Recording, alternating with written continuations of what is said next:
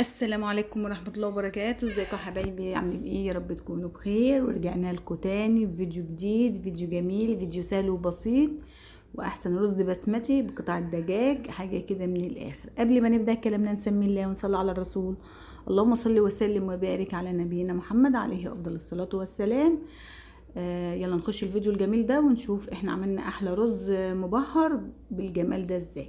معايا معلقة من الزبدة او السمنة، وحوالي 4 معالق من الزيت يقدحوا معاكي كده. هننزل طبعا ببصلة مبشورة ناعم جدا.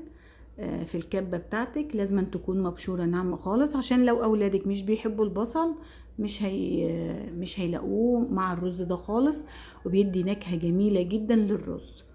هنشوح البصلة كده ساعة ما تدبل معاكي.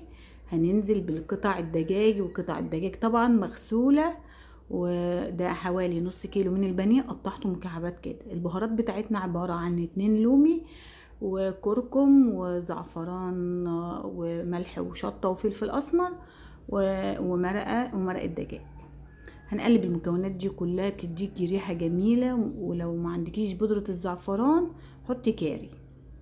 بودرة الزعفران جميلة جدا، ولو اشتريتي ب5 جنيه تقعد معاكي كتير. ما تنسيش ورق اللوري عليهم كده، وادي المرقة الفورية اللي انا بستعملها بديل المقاطعة. هتشوحي الجمال ده كله كده، وحسيت ان انا عايزة بودرة زعفران كمان، حطيت حاجة كده خفيفة جدا على طرف المعلقة، وقلبتها كويس كده. طبعا هنكون غاسلين الرز ونقعينه قبلها، وهننزل بكمية الرز كده، وتكوني غالية المية، او لو عندك شوربة هتجهزيها. قلبي وشوحي الرز كده مع البهارات الجميلة كده، ومع قطع الدجاج.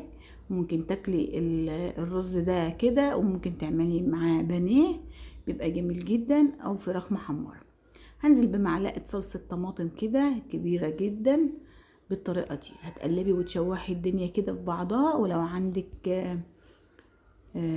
اي بهارات بتحبيها حطيها، بس البهارات دي بهارات الرز ده بيبقى جميل جدا بالبهارات دي. المية طبعا غاليينها، وطبعا كمية ما تنسيش انك نقع الرز، فبتقللي من كمية المية بتاعتك علشان ما يعجنش منك. هنسيبه بقى يستوي كده. واللي وصل معايا الفيديو لغاية هنا منساش يفعل زر الجرس واشترك في القناة ليوصلكوا كل جديد. ريحته جميلة جدا وطلع ما شاء الله عليه، عايز يتاكل كده. ان شاء الله هعمل معاكم الكبسة، وهعمل معاكم اكلات جديدة. بس ما تنسوش اللايك والاشتراك، وترفعوا لي الفيديو وقولوا لي ايه اللي انتوا عايزينه، وانا ان شاء الله هعمل كده. بعد ما اشرب كده المية بتاعته كده، هتديله تقليبة كده معاكي. شوفوا ما شاء الله رز مفلفل وجميل جدا، وطعمه مش هقولك عليه ما شاء الله عليه، كان طعمه جميل. ويلا نقدمه معاكم. طبعا هنشيل اللومي والورق اللوري بتاعنا من الرز. وقلبي بقى الرز بتاعك كده، واغرفيه في الطبق بتاعك. شوفوا ما شاء الله، هنغرفه معاكم سوا بالطريقه اللي حضراتكم شايفينها كده. بصراحه عجب الاولاد، واكله سهله وبسيطه، وما شاء الله عليها طعمها جميل جدا. باي طبق عندك كده هتعملي هيديك الشكل اللي انت عايزاه. ده الطبق كان عندي وقلبته كده ما شاء الله. شوفوا شكل الطبق روعة. بألف هنا على قلبكم يا حبايبي. شوفوا الجمال. هنحط شوية خضرة كده، وزي ما قلتلك ممكن تاكلي معاه بانيه، بس انا عملته كده في قطع دجاج، فكان ما شاء الله جميل جدا. شوفوا حاجة سهلة وبسيطة، وفي حلة واحدة هتقدري تعملي كبسة قطع الدجاج بصدور الفراخ ما شاء الله. وده كان فيديو النهارده يا حبايبي، واشوف وشكم على خير ان شاء الله في فيديو جديد.